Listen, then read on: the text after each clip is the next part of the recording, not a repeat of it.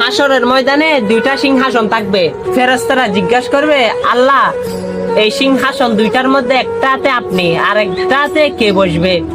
তখন আল্লাহ রাব্বুল আলামিন বলবে, এই হাসরের ময়দানে আমি আদম সফিউল্লাহকে দেখেছি ইয়ানফসি ইয়ানফসি করতে, মুসা কালিমুল্লাহকে দেখেছি ইয়ানফসি ইয়ানফসি করতে, ইব্রাহিম কলিউল্লাহকে দেখেছি ইয়ানফসি ইয়ানফসি করতে, ঈসা রুহাল্লাহকে দেখেছি ইয়ানফসি ইয়ানফসি করতে, কিন্তু আমি আরেকজন নবীকে দেখেছি ইয়া উম্মেত করতে।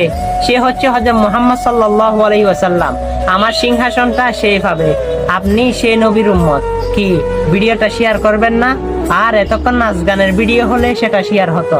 আর ভিডিওটা শেয়ার করুন, আমার রাসূলের মহব্বতটা একটু বাড়িয়ে নিন। আমিন।